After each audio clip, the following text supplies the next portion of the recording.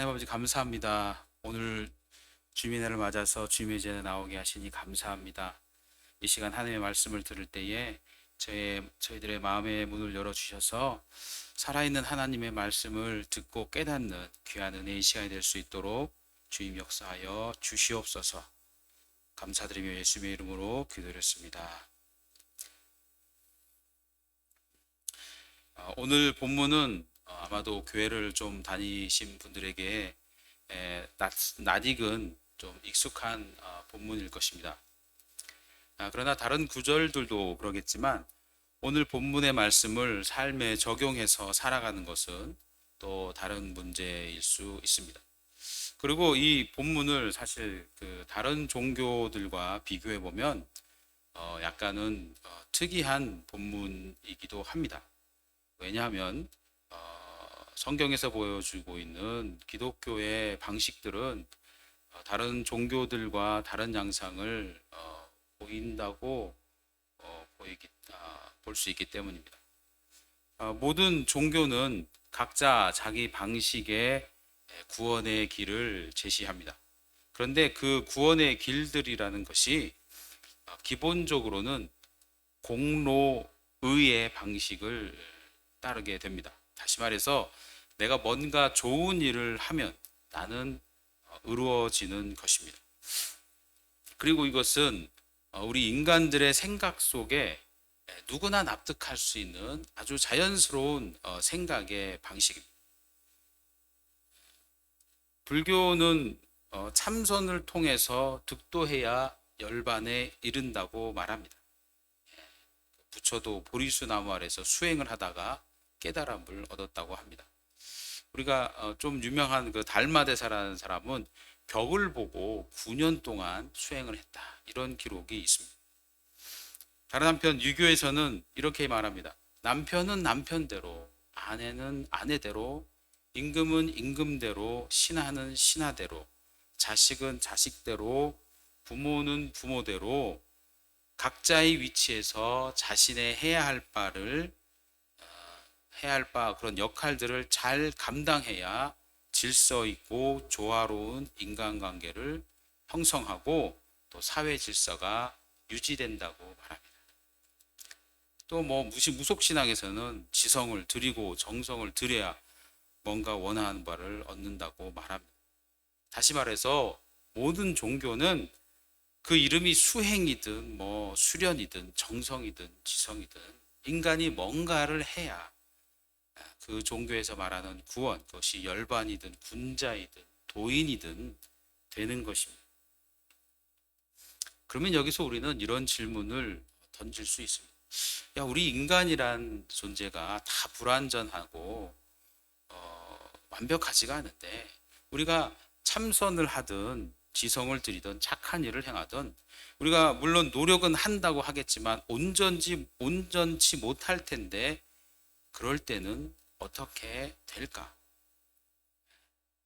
다시 말해서 인간이라는 존재가 오늘 잘하다가 내일 못할 수도 있고 그런데 그러면 우리의 구원은 어떻게 되는 것인가? 하는 질문을 가지게 됩니다.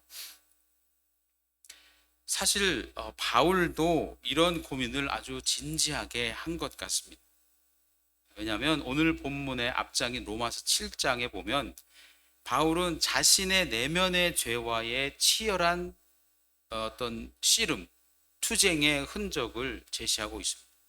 로마서 7장 18절 19절을 보면 이렇게 기록되어 있습니다. 바울의 고백입니다. 내 속 곧 내 육신에 선한 것이 거하지 아니하는 줄을 아노니 원함은 내게 있으나 선을 행하는 것은 없노라. 내가 원하는 바 선은 행하지 아니하고 도리어 원하지 아니하는 바 악을 행하는도다. 여러분, 바울이 어떤 사람입니까? 바울은 가말리엘이라는 대학자 밑에서 공부를 해서 학식도 훌륭한 사람일 뿐 아니라 당시 로마 제국 전역을 돌아다니면서 선교 사역을 감당했던 위대한 신학자요, 복음 전도자요, 선교사입니다. 근데 그 바울이 자신의 내면의 죄의 문제로 어떤 영적인 시름에 빠져 있는 것을 보게 됩니다. 아마도 바울은 이미 예수를 믿고 구원받은 자기 자신 안에 있는 죄를 보면서 당황했을 수도 있고 주체하지 못하기도 하고, 이러다가 나의 구원은 어떻게 되는 것인가 고민했을 수도 있습니다. 그런 생각을 하다 보면 아마 마음도 불안해지고 불편해지기 쉬웠을 것입니다. 그런데 바울은 결국 그런 고민들에 대한 해답을 발견해냅니다. 그리고 오늘 본문에서 바울은 그 물음에 대한 성경의 답을 제시해주고 있습니다. 오늘 본문에서 읽었던 것처럼 여러 가지 고민을 하다가 여러 가지 나의 구원에 대한 문제, 죄에 대한 문제, 하나님과의 관계에 대한 문제, 어떤 그런 불안에 시달리다가 바울이 내린 결론과 그의 확신이 이것입니다. 내가 확신하노니 사망이나 생명이나 천사들이나 권세자들이나 현재일이나 장래일이나 능력이나 높음이나 깊음이나 다른 어떤 피조물이라도 우리 주 그리스도 예수 안에 있는 하나님의 사랑에서 끊을 수 없으리라. 이것이 바울이 내린 어떤 해답입니다. 그러니까 좀 달리 말하자면 근원적으로 우리의 영적인 문제를 해결할 수 있는 것은 하나님의 사랑밖에 없다는 사실입니다. 우리가 예수 믿고 구원받았다면 그 구원은 예수 그리스도의 십자가의 공로에 의해서 받은 것이지 우리가 잘나서 받은 게 아니라는 사실입니다. 그러니까 우리가 그래도 뭐 큰 죄 안 짓고 양심적으로 살려고 노력하고 가끔은 좋은 일도 하려고 해서 우리가 구원받는 것이 아니라는 사실입니다. 우리가 구원받고 감사함으로 성화돼서 잘 살려고 노력은 하지만 그런 삶을 산다고 그런 삶을 살았기 때문에 그 구원을 받는 것이 아니라는 사실입니다. 내가 교회도 오래 다니고 봉사도 많이 하고 성경 공부도 하고 그렇게 해서 우리가 구원받는 게 아니라는 사실. 그러니까 우리의 구원은 우리의 삶의 모습과 상관없이 예수 그리스도 안에 분명히 표현된 하나님의 사랑에 근거한다는 것입니다.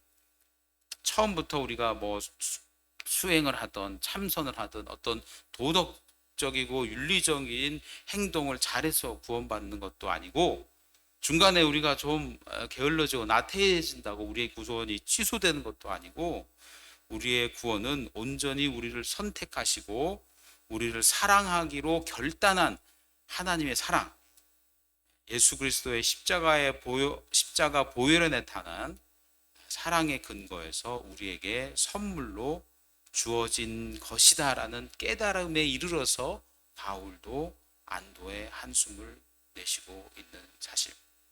결과적으로 성경이 말하는 구원은 하나님의 사랑, 죄인된 인간을 사랑하시기로 한 하나님의 결단과 결정에 근거한 것으로 구원에 관해서 인간의 노력과 행위는 일도 기여하지 않는다는 사실.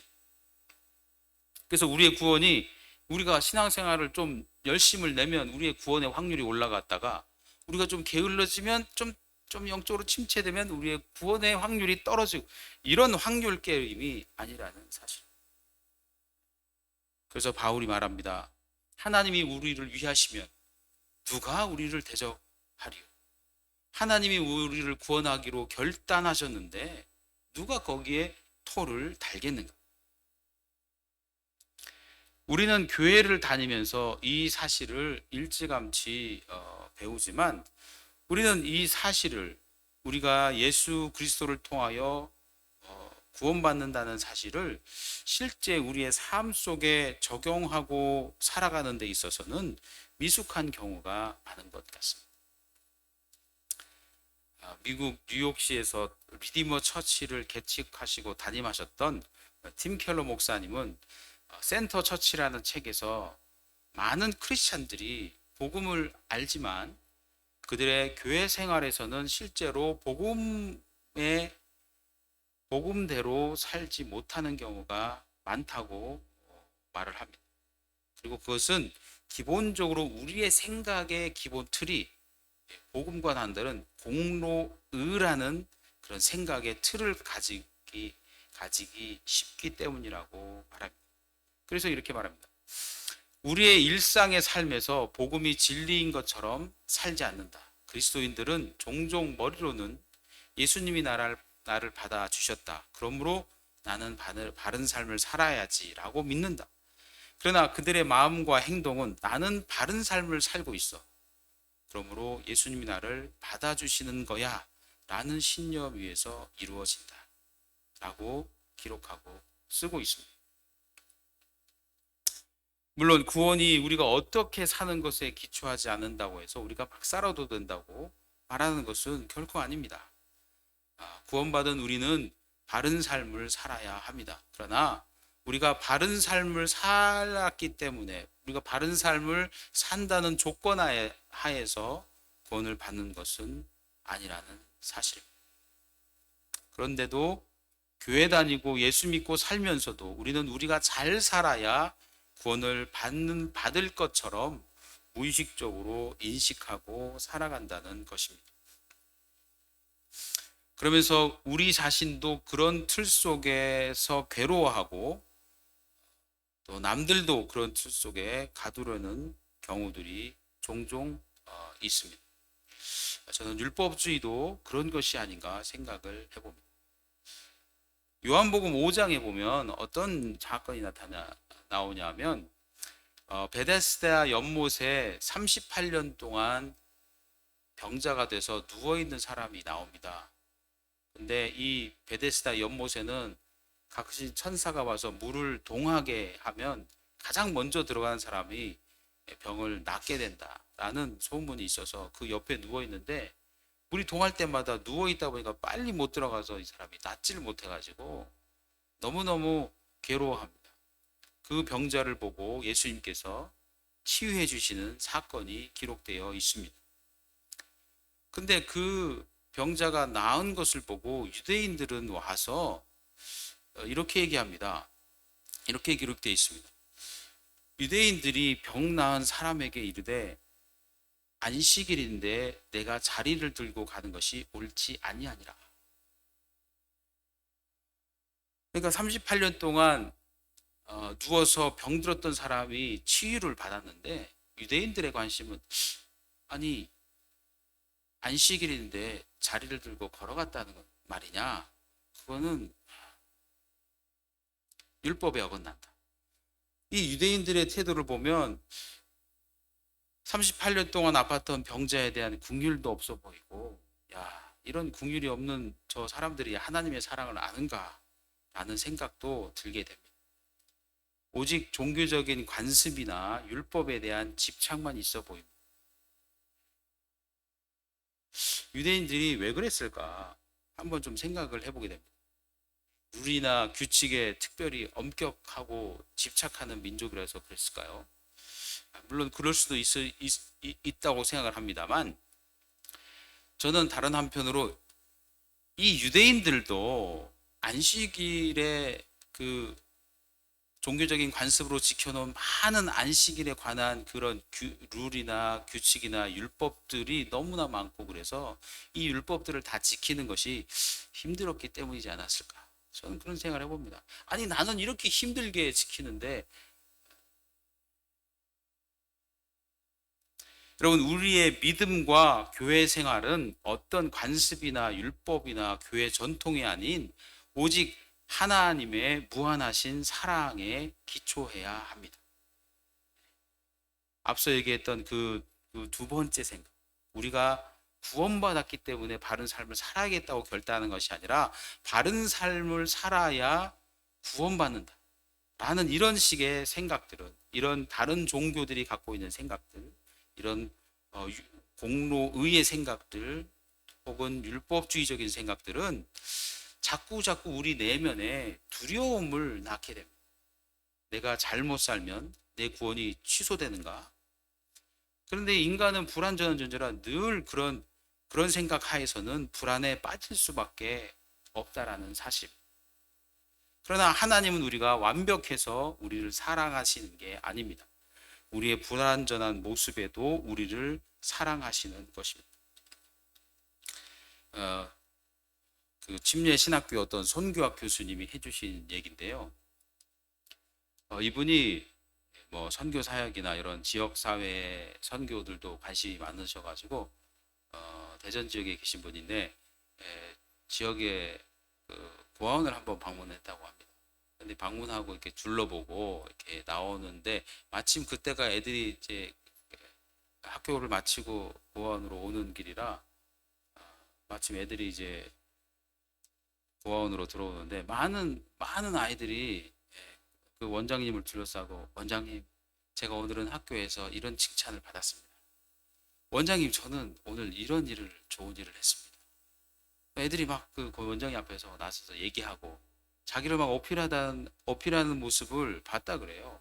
그래서 그냥 그런가 보다 하고 집에 왔는데 집에 와서 이제 자기 아들도 이제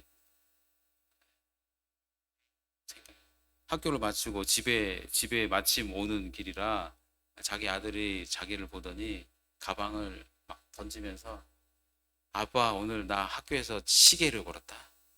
그런 얘기를 하더라는 얘기를 들었었습니다.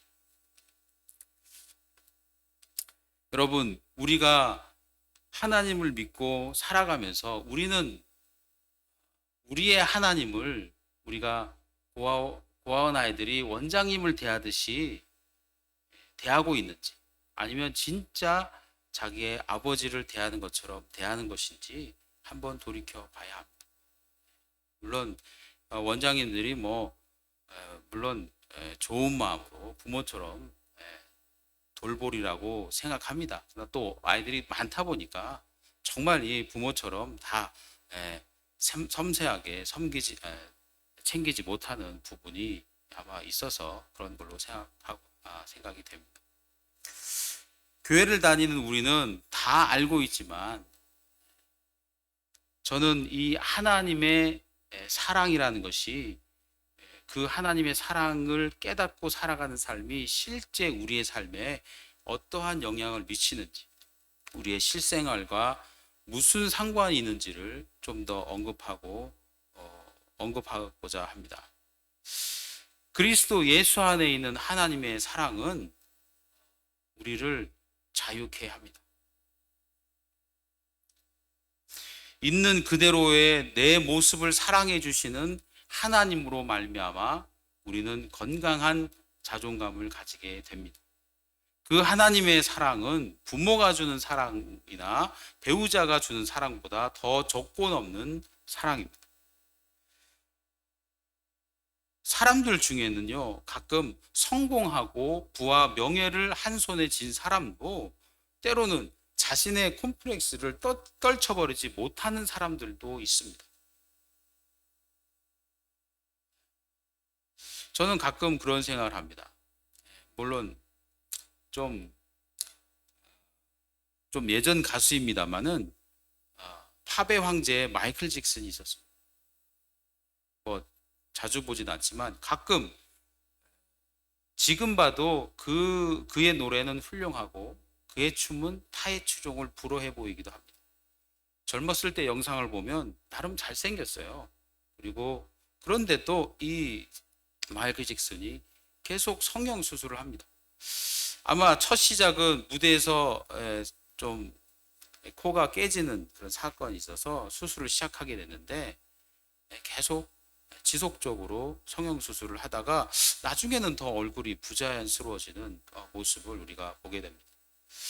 마이클 잭슨에게도 어떤 결핍이 있지 않았나 그런 생각을 막연히 해봅니다. 세계적인 스타 마이클 잭슨도 이 자신의 콤플렉스 때문에 끊임없이 성형수술을 해야 하는 그런 결핍에 빠지는 것을 보게 됩니다. 하나님의 사랑 안에서 자유하시기를 바랍니다. 자신이 완벽하지 못함을 하나님 앞에서 인정받기를 소망합니다.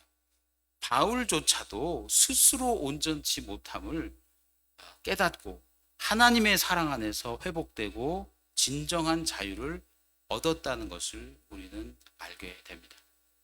하나님의 사랑은 이 세상의 그 어떤 성공보다 우리를 더 만족하게 합니다. 하나님의 사랑 안에서 자유하시기 바랍니다. 두 번째로 하나님의 사랑은 우리를 자유케 할 뿐 아니라 우리를 또한 겸손하게 합니다. 누구도 빼앗을 수 없는 하나님의 사랑과 우리의 연약함과 부족함에도 불구하고 우리를 사랑하시고 구원하시는 하나님의 그 사랑은 우리를 진정 겸손케 합니다.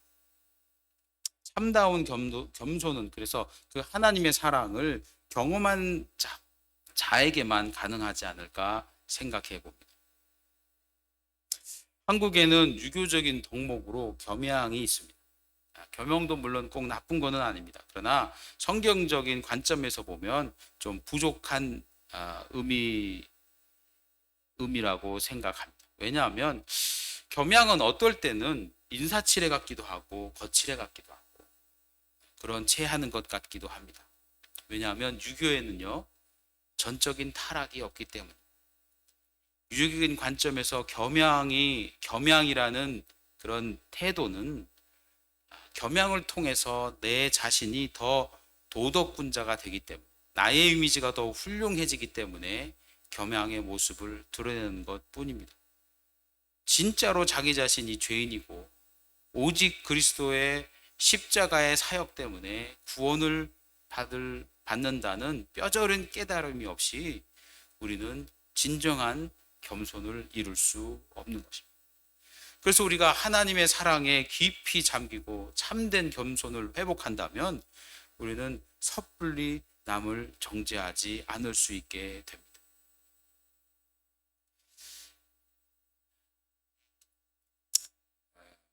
어떤 목사님이 서울의 유명한 목사님이신데 이분이 미국에서 유학을 하는 동안 도넛 가게에서 아르바이트를 했다고 합니다.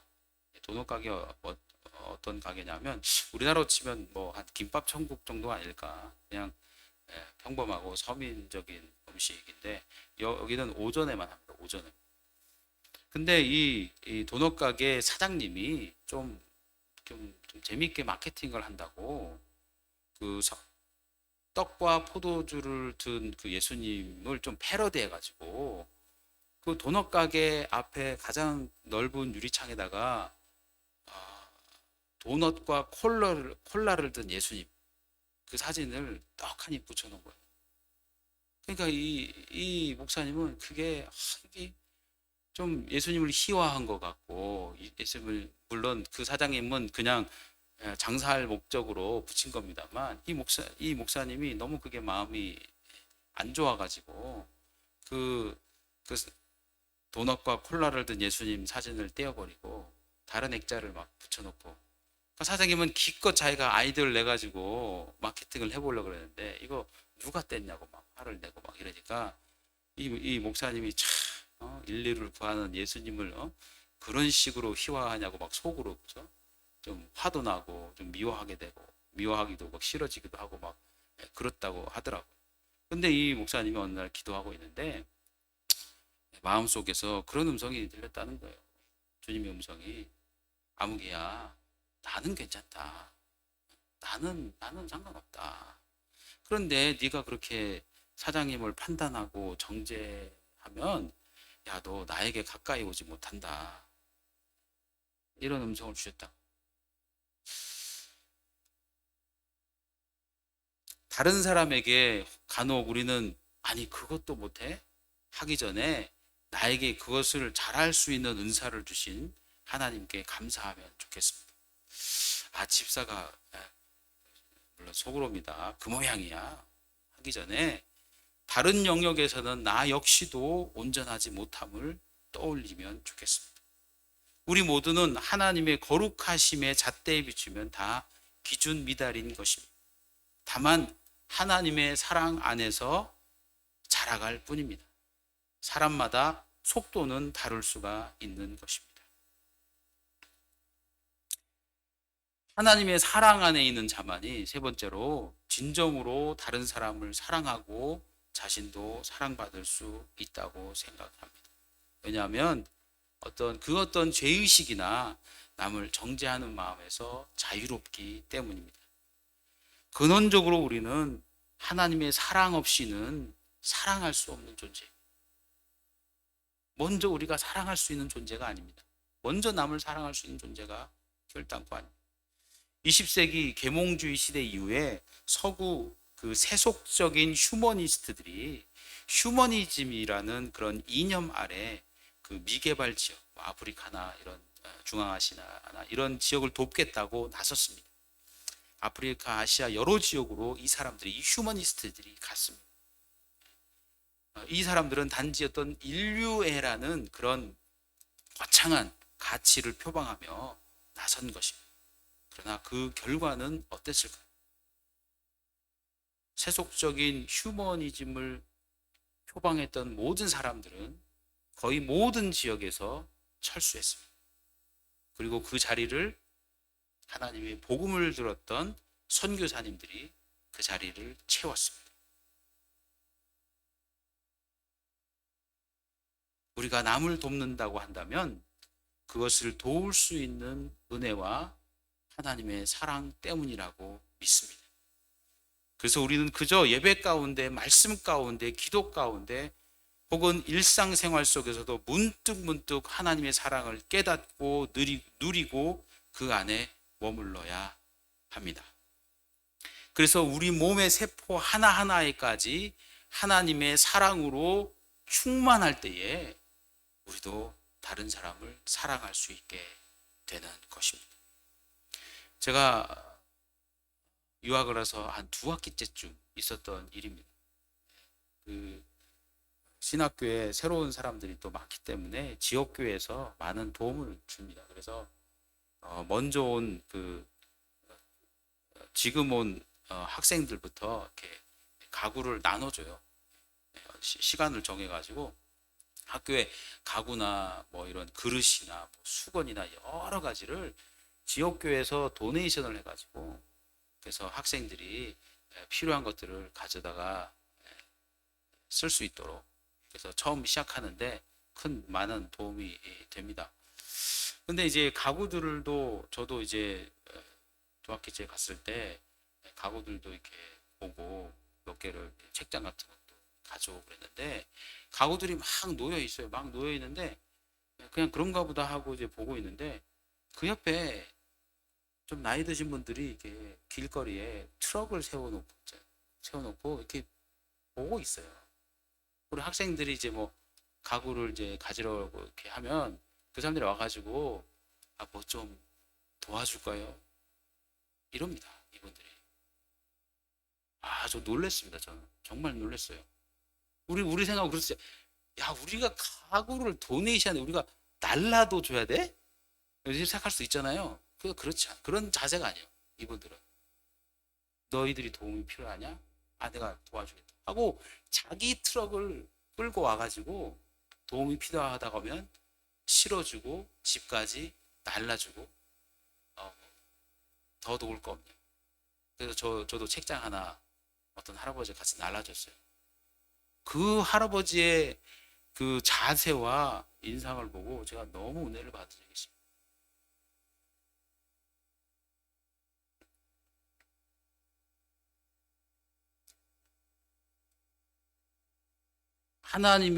하나님의 사랑을 알고 깨닫는 자만이 섬길 수 있는 모습이 여러분의 삶 속에도 나타나시기를 주님의 이름으로 간절히 소망합니다.